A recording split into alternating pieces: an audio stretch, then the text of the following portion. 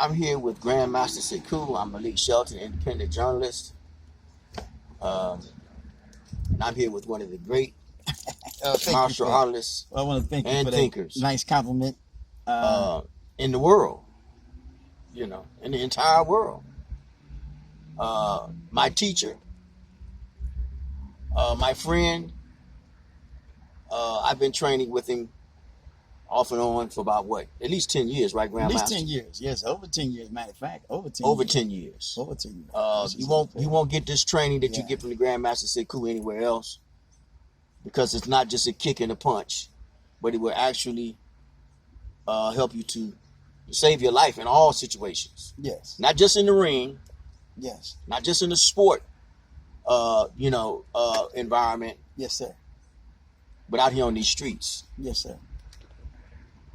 So, first of all, before I turn it over to the Grandmaster, I'd like to make a statement and an analysis about what had happened in the protests and so forth. Rightfully so. We should be outraged about what happened to not only George Floyd in Minneapolis, which was just one of the latest highly publicized incidents of police murder, but all the many others, many of whom we don't even hear about, and of course the ones that known and unknown.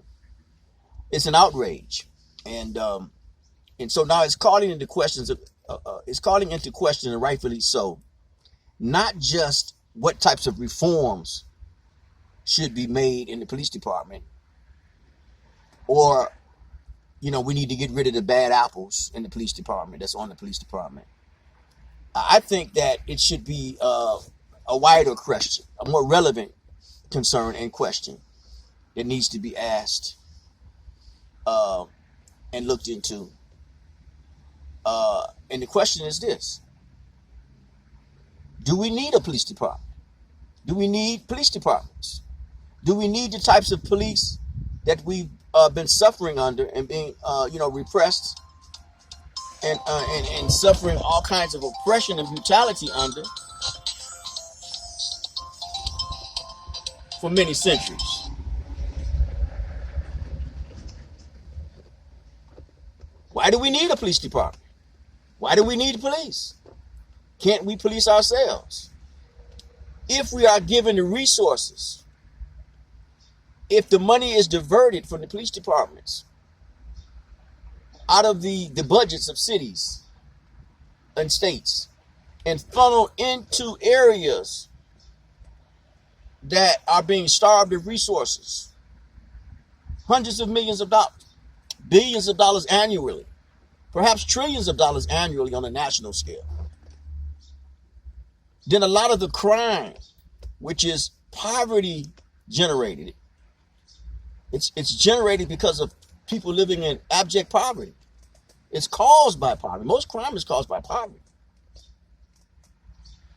That automatically would reduce the need for police and for police departments. Then there's a such thing as, okay, with that money, we can take over control of we can monitor and patrol our own communities. And at the same time, we can employ black men and women. And we can have resources for our children so that they can be educated and so that they can go to training schools and acquire the life skills that they need for the future. Yes. Now, I'm going to ask, since I have the honor and the privilege, and we all do, of having the Grandmaster Sekou Bomani, brother, also known as Reverend Bruce Landers, here with us. I want to ask you a specific question, Grandmaster. Yes, sir. You saw the video of the murder of Brother George Floyd in Minneapolis. Yes, sir. We didn't see the beginning of it because they won't show that, although they have dash cams from the police. I mean, not dash cams, but they have body cameras. Yes, sir. That the police had on. Yes, sir. But we know he was handcuffed, face down, with two cops on him, one holding his legs and the other one pressing down on his torso, Yes, and yes, the other one with his knee on his neck. Yes, sir. We know now. First of all, don't get us wrong. We know that the brother was murdered, and we know that he should not have been murdered, of course. And we're totally against that, and we're outraged, and we think something should be done. We think justice must be done. Oh, but I'm just saying, we're going to say justice. If you do find yourself in that situation, and if you were in that situation, and if any of us find ourselves in a situation similar to that, when they come up to you, and these are cops, these are race agents. Yes. What is the advice? Some of the advice that you would like to give?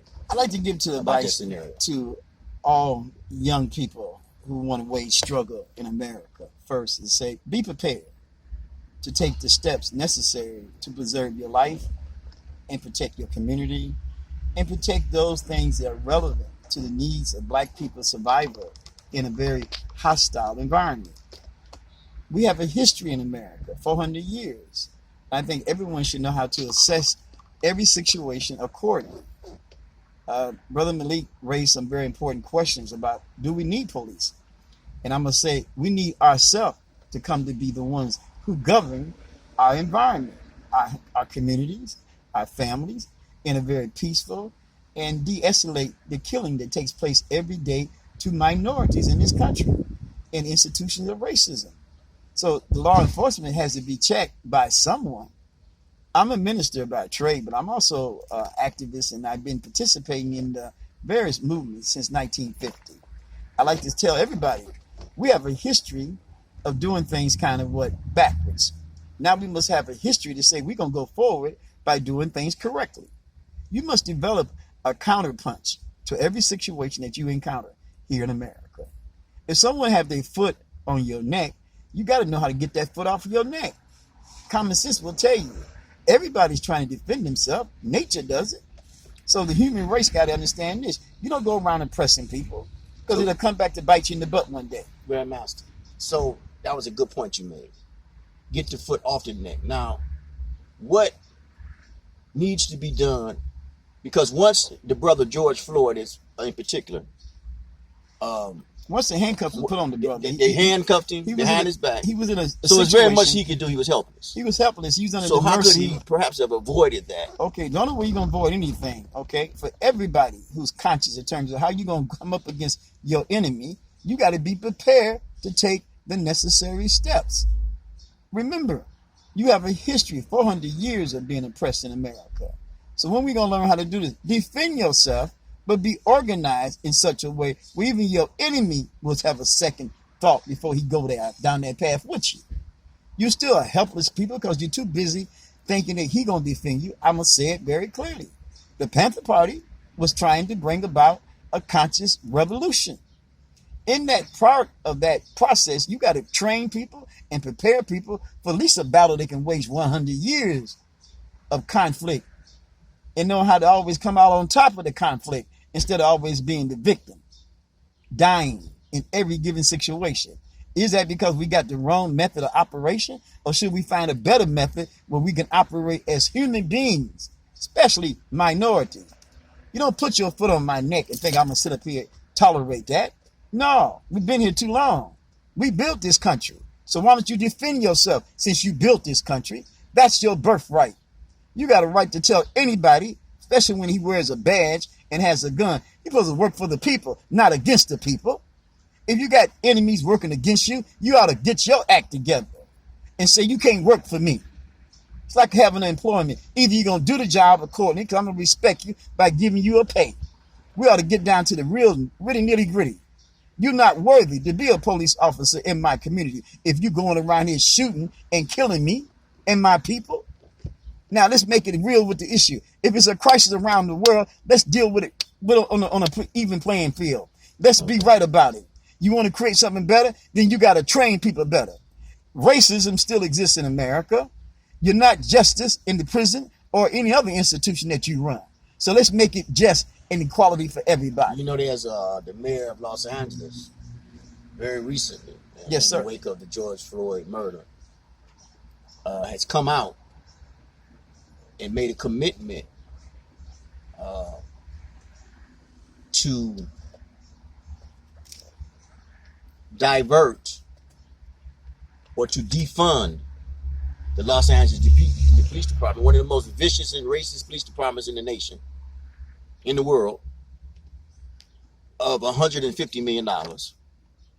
And to take that $150 million that he's taking out of the police department, LAPD's budget, Los Angeles Police Department's budget, and to distribute that money where it's needed in poor communities, poor black communities. Yes, yes. And the mayor of Los Angeles is a Latino, Garcetti. His last name is Mayor Garcetti. Yes, sir. And he said, well, hey, I'm going to take this money from the police department, $150 million. Yes. And put it to better use. Which is that's no pittance. That's a sizable amount of money. Yeah, I think Malik did. And so, do you think that that's the right approach? Well, I'm going to say it's a good starting, but it's more complex. Let's look at what we know that will work. In times of crisis, you're supposed to bring your best game plan and put it forward to everybody. We are a multi-culture, okay? We have many factors involved in this multi-culture. And everybody got an interest in doing the right thing, not the wrong thing. Equality, equal rights for everybody across the board. But anytime you have a system that refuses to change, then you got to debunk that. You got to get rid of it. You got to just get rid of it because it's not working. Matter of fact, it caused more problems than we really can handle. We're going backwards instead of going forward. We're in the year 2020.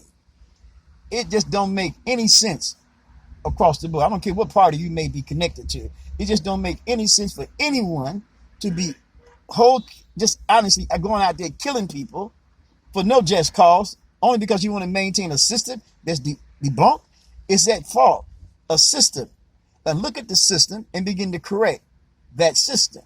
Bring in the proper training, number one. Bring in the proper people, number two. And make sure that the community that's involved is fully represented by that community. Let's get real with it. In a corporation, it's got to be for the interest of the stakeholders, and you got to know something about this corporation. You got to know the rights and the wrongs, the bylaws, who made money, who didn't make money. Because when you come down to it, isn't it about money? Isn't it about controlling the people's interests? Therefore, those people should be involved in that. I'm going to say this in closing. Yes, sir. I don't know how much time we have left on this phone, how much space is left on the phone. When we look at the history, and Malcolm X said he had very good insight. Of course, we all know that. And he was very insightful when he said that history rewards our research.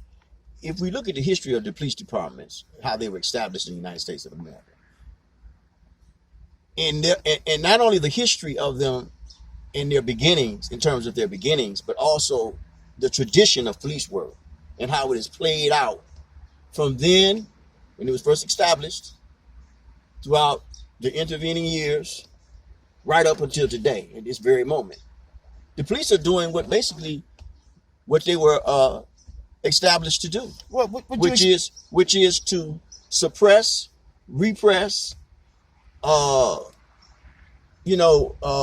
terror in the black community. Okay, they've been created to do exactly that, Malik. I mean, I think that's on the records. They were created to capture the slaves.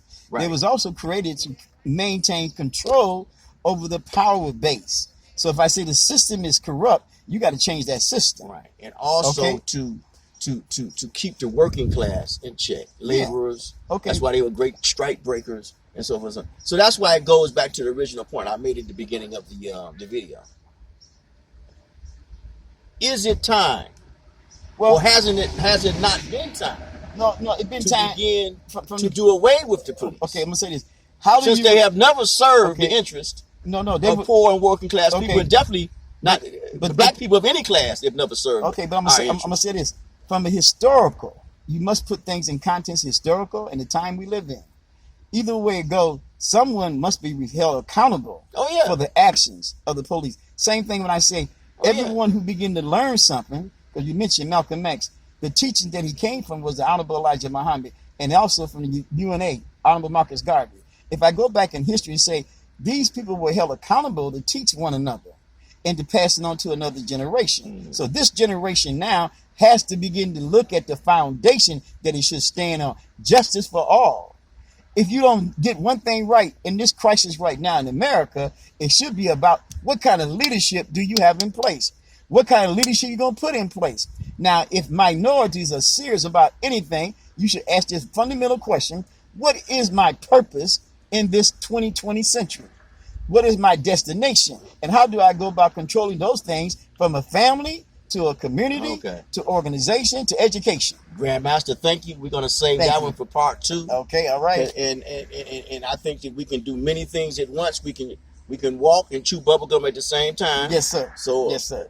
What you said and what I said, your insights and our insights, we can bring them together as well as others. Yes, sir. Yes, sir. Most definitely. Because surely we can do more than one thing. And this problem, this travesty of oppression and murder. Turn off. Okay. I knew I didn't have much time left. Yeah, you got some points though, but Malik, watch this. The American public now is at this level. You got to hit